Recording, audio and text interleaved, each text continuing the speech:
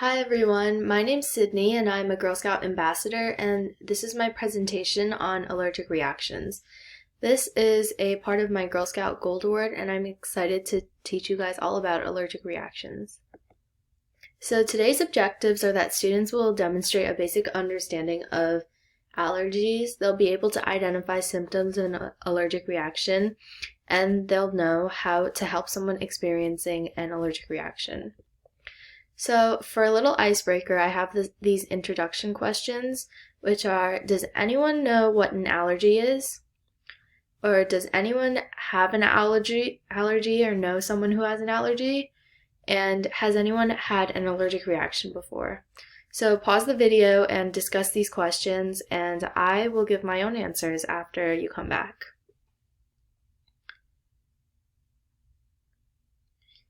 Okay, so I hope everyone had a good talk, and now I'm going to share my answers to these icebreaker questions.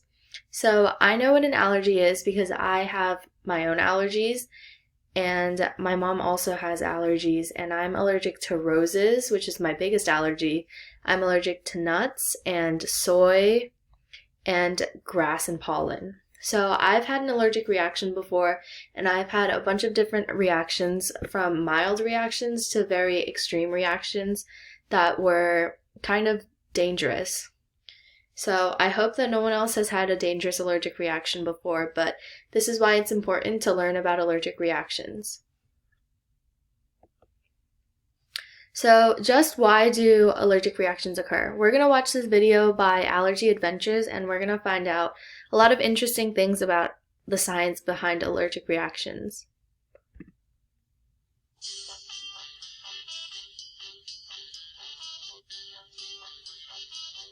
Why do allergic reactions occur? Inside our bodies we have something called the immune system. Our immune system is like a huge defence army, an elite team of cells on patrol 24/7 with one mission: to defend and protect us from foreign invaders like germs and diseases that make us sick. These foreign invaders are called antigens and include microbes and molecules such as bacteria, viruses, fungus, and allergens. People have food allergies because their immune system thinks certain foods are foreign invaders too. As their immune system responds, it can cause different symptoms, from skin rashes and sickness to dangerous symptoms like problems breathing, which needs to be treated with emergency medicine fast. A severe allergic reaction is called anaphylaxis. Let's have an adventure inside the body to take a closer look at why allergic reactions occur. When we eat, food is broken down into tiny pieces for the body to absorb all the good vitamins and minerals. If you have a food allergy, particular immune system cells called mast cells will have tiny allergy antibodies on them, ready to capture their allergen invaders, such as nuts, milk, wheat, and egg. If an allergen mistakenly enters the body, in this case it's a peanut, it connects with the allergy antibodies. The antibodies keep the peanut hostage and alert the immune system of a foreign invasion.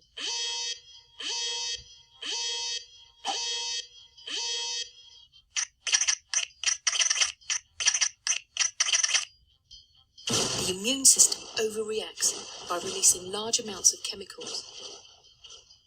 But this response causes various symptoms. The face or throat may start to swell. A rash can also appear on the skin. It can cause sickness or dizziness, or serious breathing problems. Get help fast. Tell a grown-up if you see someone having these symptoms of an allergic reaction: breathing problems, swollen face or throat, skin rash, or being sick or dizzy. Guys, there's been a mistake. You're overreacting. It's me, Peanut. You remember me, don't you? body records, peanut, can be found in biscuits, cakes, cereals, chocolate, sauces, oils, and more. Our records are correct. To this body, you are an allergen invader. Other bodies will not have this file on you, and therefore no reaction will occur. Oh.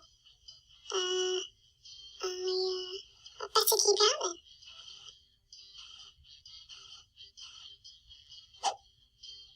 That's why it's so important for people with food allergies to completely avoid eating what they're allergic to. That includes even tiny traces, to avoid having a reaction and to keep them safe and well.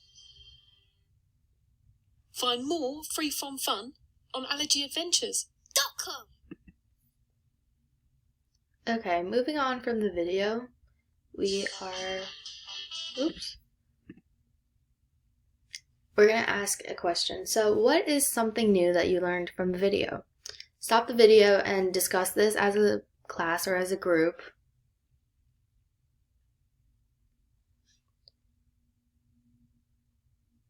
Okay, hi everyone. So what is something new that I learned from this video? So I learned that different bodies sometimes make mistakes when they have an allergen that enters the immune system, and sometimes the immune system will send like a false alarm and your body will start having these reactions to allergens, and that is what causes an allergic reaction. So allergic reactions happen when the immune system overreacts over an allergen, and the immune system makes antibodies that trigger reactions that can affect the lungs, the heart, the throat, the stomach, the face or the skin, your mouth, and the brain. So anaphylaxis. I know this might be a hard word to pronounce just by looking at it, but if we slow it down, you can pronounce it Anaphylaxis. So anaphylaxis is a severe and life-threatening allergic reaction. This can happen minutes to hours after being exposed to an allergen. So if you have lunch at 12 p.m.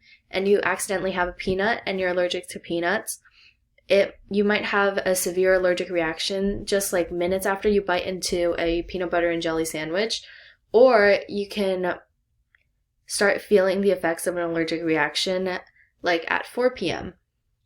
So if you think someone is experiencing anaphylaxis, you have to act quickly in order to help them as best as you can.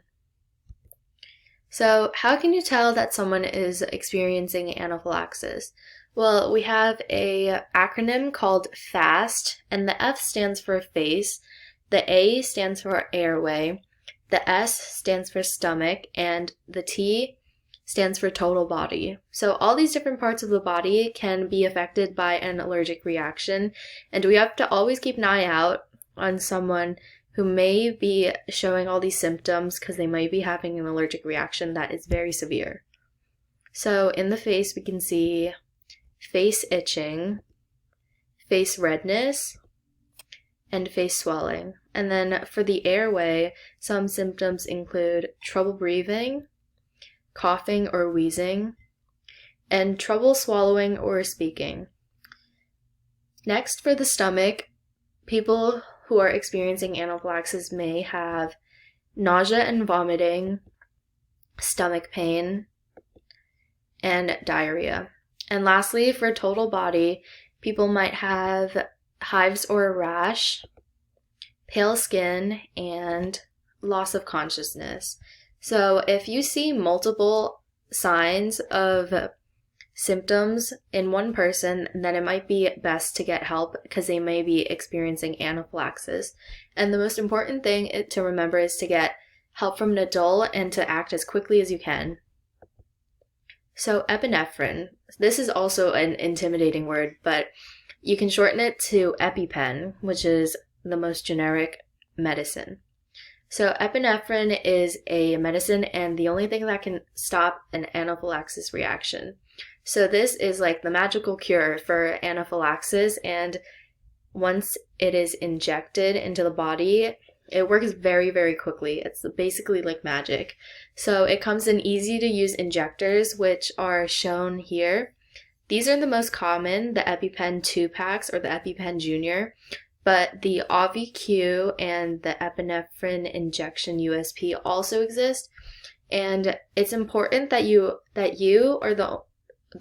only use the Epipen in an absolute emergency and when the person having an allergic reaction isn't able to do it themselves.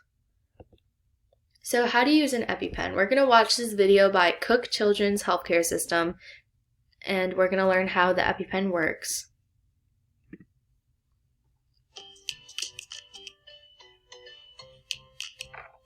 Hi, my name is Dr. Hampton, and I want to demonstrate today how an Epipen works. This is an Epipen. It is used for a life-threatening anaphylaxis emergency. It is not to be a play toy, it's to be used for an emergency. So let's go over how it works. So you'll take off the top, you'll simply slide it out. The blue end is the safety cap and the orange end is the needle. Think blue to the sky, orange to the thigh. You'll simply take off the blue safety cap, hold it in the other hand, and what you'll do is inject it into the lateral outer thigh. If you are helping a child with this, it's important to stabilize the child. So what you'll do is hold the upper thigh, inject, and then count to 3. 1, 2, 3. You know that the medicine has worked because you hear the click, and you will see the end of the orange extend, but you will not see the needle itself.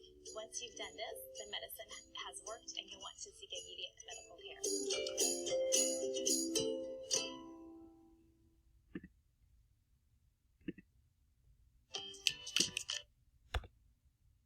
Okay, so stop and jot for a minute, and what are the steps for using an Epipen?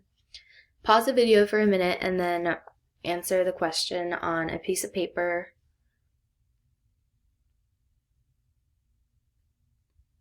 Okay, so welcome back. In case you didn't catch all the steps from the video, I have all of them and we're going to go through them. So the first step is to take the Epipen out of the case. After you take it out of the case, you can hold the Epipen with the blue to the sky and the orange to the thigh. So this is an easy way to remember which side goes where.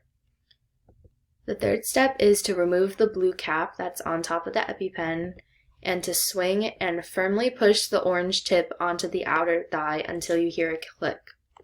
Hearing a click is the most important part because that means that you injected the Epipen the right way, and then you can wait for the person to feel better. So if you notice someone might be in anaphylactic shock, here are the steps that you can take. This is really important to remember because if you're ever in an emergency situation, you'll know what to do to help a person. So the step 1 is that if they have it, help them use an Epipen. So in the last slide, we learned how to use an Epipen, so this will come in handy. So this is the most important part because you want to work as quickly as possible because their life might be in danger. So the second step is to tell a trusted adult and call 911 for an ambulance. So telling a trusted adult if you're too scared to help them use an Epipen is super important and very helpful. So the last step is to stay and watch the person for any changes in their condition until the ambulance arrives. So if you give a person their Epipen and the ambulance still hasn't arrived, you just stay with them and help them calm down and just feel comfortable until the ambulance arrives with more help.